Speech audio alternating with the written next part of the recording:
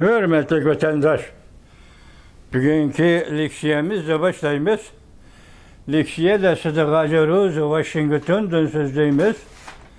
Bugünkü ise 2025 yıl 9. ayının 14. günü haftaki yakşembe vatandaş. Ve sizlerge baştan ahir sözlep kilovatımız mesen alaydı.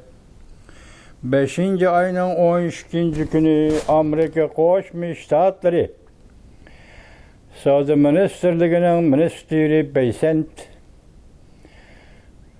Cungo Savcı Ministerliği yaki Cungo Devlet Mahkemesi'nin Mao Veziri Halif'in cenbeli sohbet ötkezi vatandaş.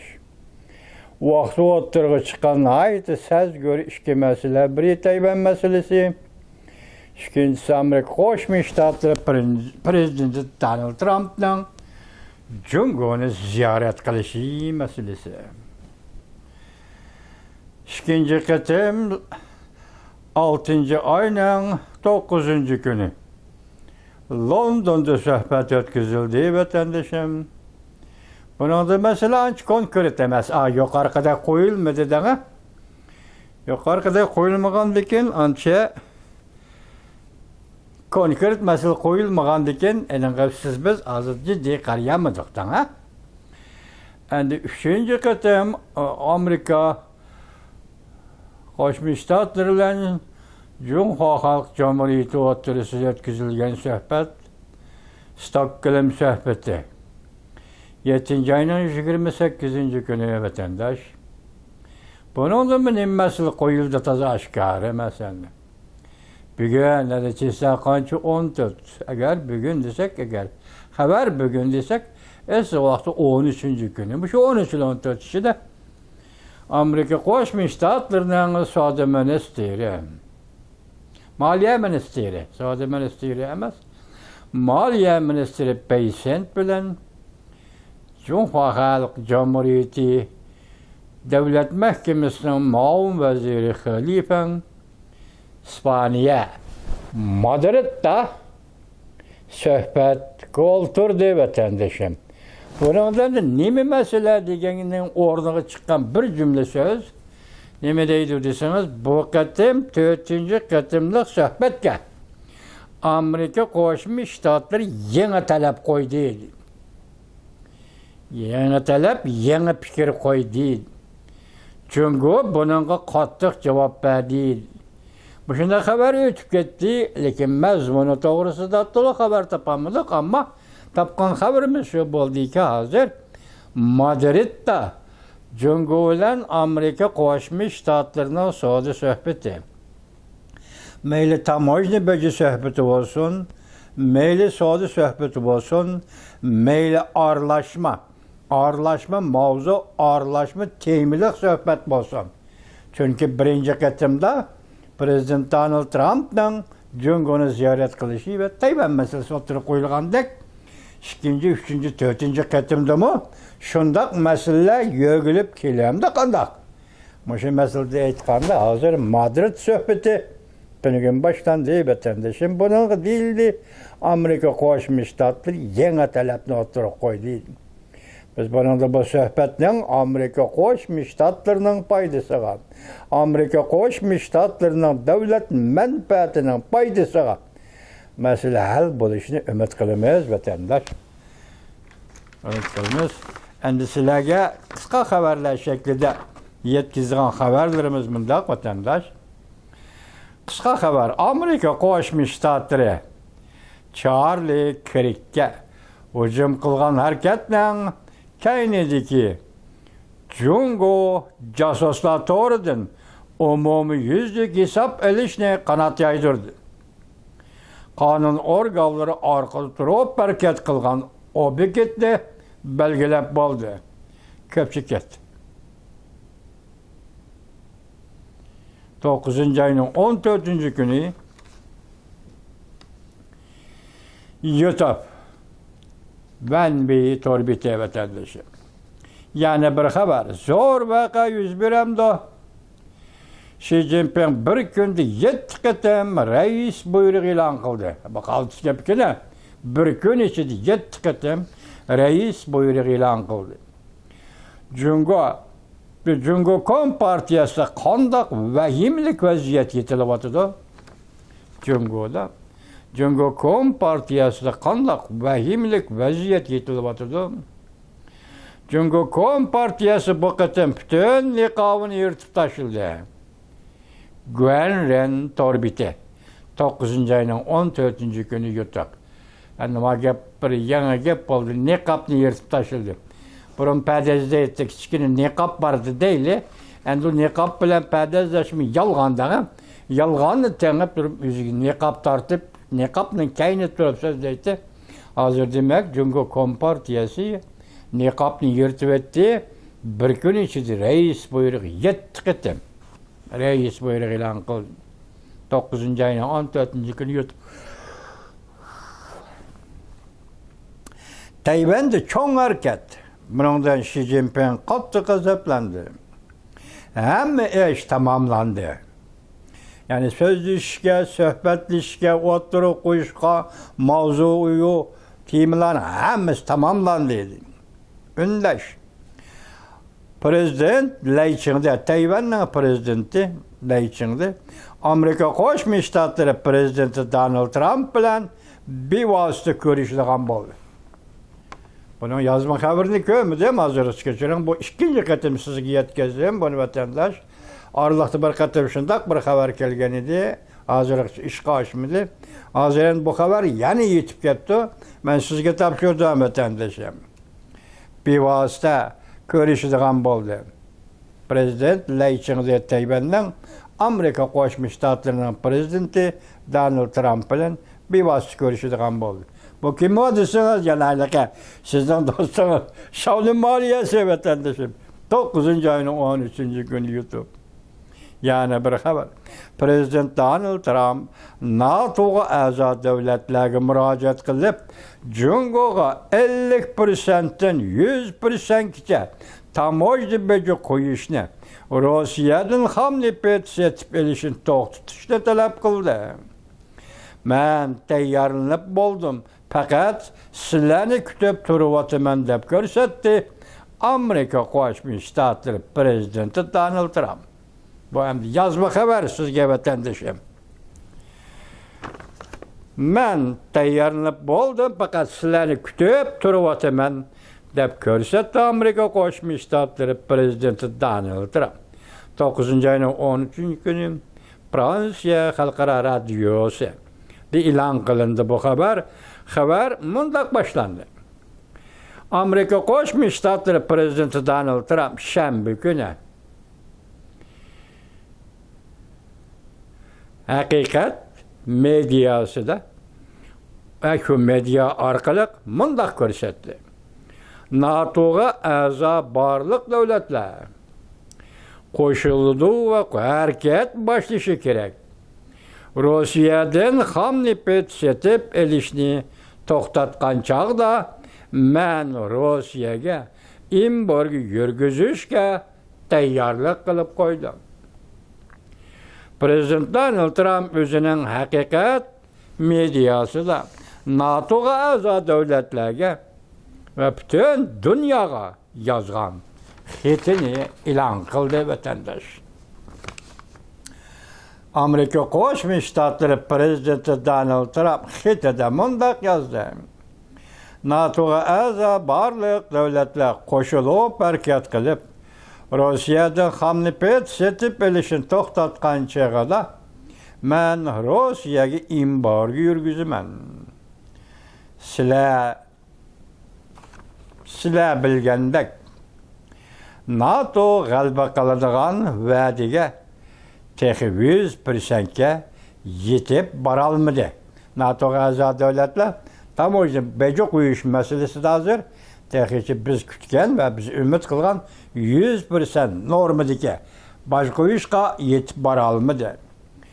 Ba'zi davlatlarning Rossiyadan ham nefrat setib olishi kishini cho'chitdi. Bu ahvol sening Rossiya bilan suhbat qurgan chog'da o'rningni ojizlashtiradi. Sen mesela setip elişte hamnipetine Rusya'ya kançı bıkınıp kalsan, kançı tayinip kalsan, sen Rusya bilen hamnipet sodis kılıp üstüne oturup söhbetke oturgan senin ordunda yengiliş boludu. Herkes üstünlük yaka teşebbüskarlık orunda olturanmaysan. Kanç köp alsan hamnipetini sen şunca tüben oranı düşüp kalırsan da vatıda vatandaş. Qısqası, mən tayyorlanıb boldim deb ko'rsatdi Prezident Donald Trump. Sizlarni kutib turibman.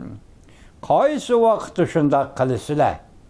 Yoki Jungoga yoki Rossiyadan nefes setib olgan davlatlarga tamojna bejo qo'yadigan vaqtda yoki sizlar shu neftni setib elishni qachon to'xtaysizlar?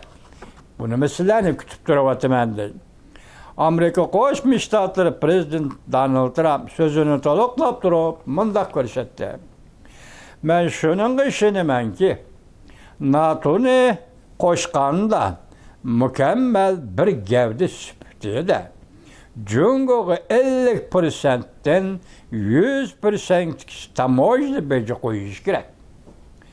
Rossiya Rossiyaga sabab yo'q, yuqorqi davlatlarga endi keldi navbat Jungoga. Şu NATO'ga a'zo devletler tünügün degan yo'q, 7 devletga ro'yi degani yo'q. Bugun NATO'ga a'zo devletler ham sizlar shunday bajo qo'ysa, masalan, Jungoga 50%dan 100% tamojna bejo qo'yishinglar kerak dedi.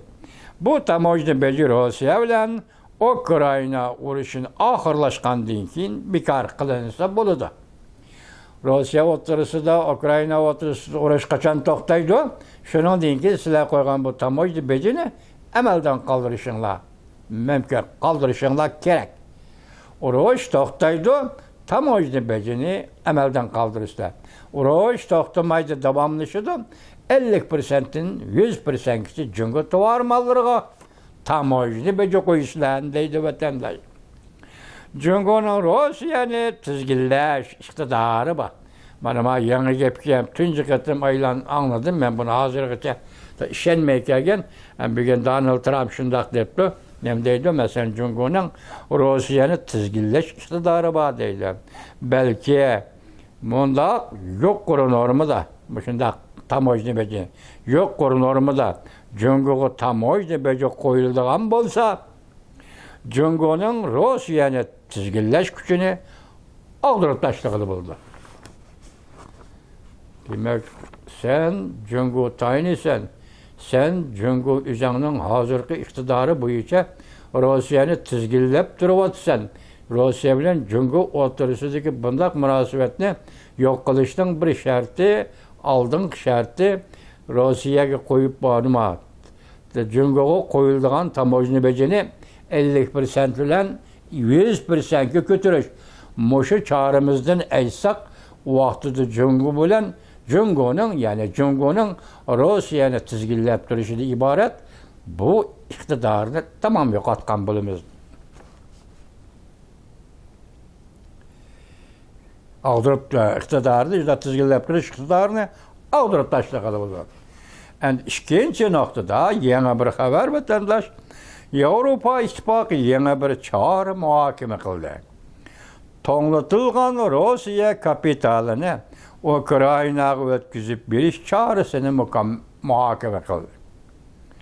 Mavzuli xabar 9-oyning 13-kuni Fransiya xalqaro radiosida e'lon qilindi. Xabar bundoq boshlandi. Siyosiylar axborot to'g'ri yaqindagi bir xabarida bundoq ko'rsatdi. Yevropa İttifaqı Komiteti dal hozir bir yangi loyiha muhokama qilyapti. Rossiyaning to'nglatilgan 1 milliard yevro pulini yoki kapitalini Ukrainaga o'tkazib berish. G'arb davlatlari bu kapitalning o'simini Ukrainaga o'tkazib berishni o'ylashyapti. Bu yerda endi gap Rossiyaning puli Yevropa İttifaqida albatta davlatlararo bo'ladi. Endi Rossiyaning kapitali deyli, amaliyotda bu davlatlar orasidagi bunday munosabat nima deyilgan desangiz, egilik, huquqli kapital. Yani bunun ma'nisi devlet o'zi mablag' solgan kapital yoki devlet o'zi ig'dorchilik qiladigan kapital yoki pul yoki devlet aşı ig'dorchilik huquqi bilan solgan kapitalni buni mazrat qilib bo'lmaydi-ki vatandosh. Xalqaro unda qonun yo'q ekan. Mesela devletning puli bunda elib oldik deydigan qonun yo'q ekan. Biroq o'sha bir necha 10 milliard yevro kapitalning, yevro pulining o'simini qancha bo'lishidan qat'iy nazar buni Ukrainaga berishga bo'ldi ekan. Bunda esa asos yoki dasmi tavrimaydi. Ening o'simini Rossiyaga hisoblamaslik yoki banki o'simi deb Rossiyaga topshirmaslik, bu pulning hammasini Ukrainaga topshirish. Arliq shunday bir xizmat ishlagan edi, endi bu qatim buni qaror qildi. Endi hozir gavdalik oldi, shuni ko'rib olasiz. Amerika Qo'shma Shtatlari prezidenti shart qilib qo'ydi, talab qilib qo'ydi. NATOga a'zo davlatlar Rossiyadan xamnipet setib oladigan davlatlarga tamojni beja qo'yish va Rossiyadan xamnipet setib olishni to'xtatish. Shu orqali urushni to'xtatish. Ikkinchi bo'lib, ondan Amerika Qo'shma Shtatlari prezidenti Donald Trump Jungo Kompartiyasiga tamojni beja qo'yish. Jungo Kompartiyasining tamojna nima? Tovar mallarga tamojna beja qo'yish. 50%dan 100%gacha tamojna beja qo'yish. Bu orqali Jungoning Rossiyani tizginlab turishini azaytish, ojizlashtirish yoki Jungoning Rossiyani tizginlab turish iqtidorini tarmar qilish. Shu vaqtda Rossiya Ukraina o'rtasida urushni to'xtatdi.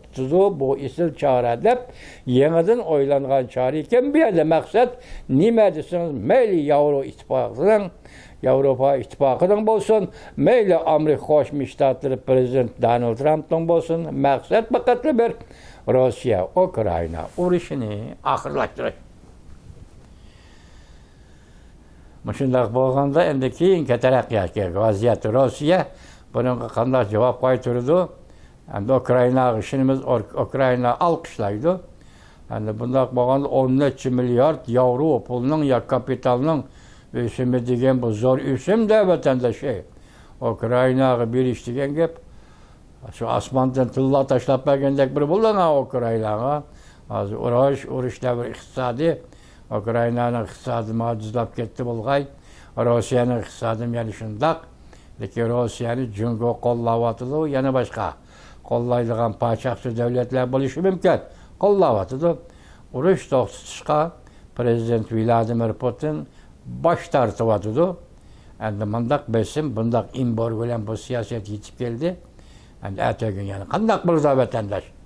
Bu siz biz diqqat qiladigan vaziyatning o'zi.